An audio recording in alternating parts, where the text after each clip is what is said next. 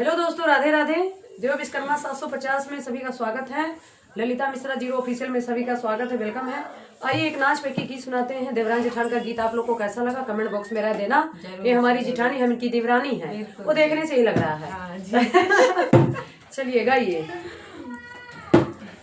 अरे के गाज का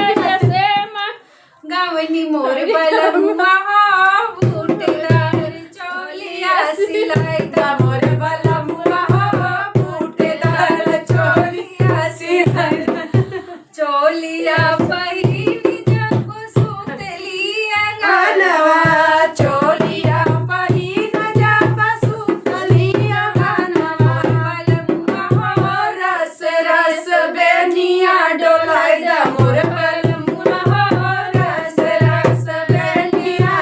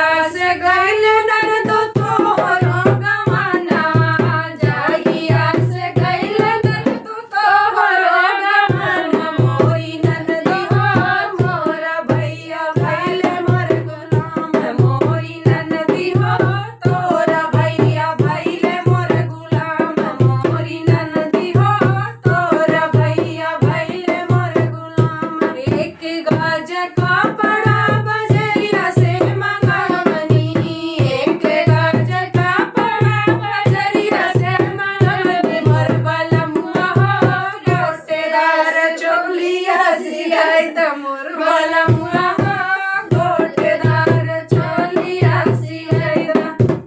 दोस्तों ये हमारा नाच गीत आप लोगों को कैसा लगा कमेंट में जरूर बताना दोस्तों। Tata bye by.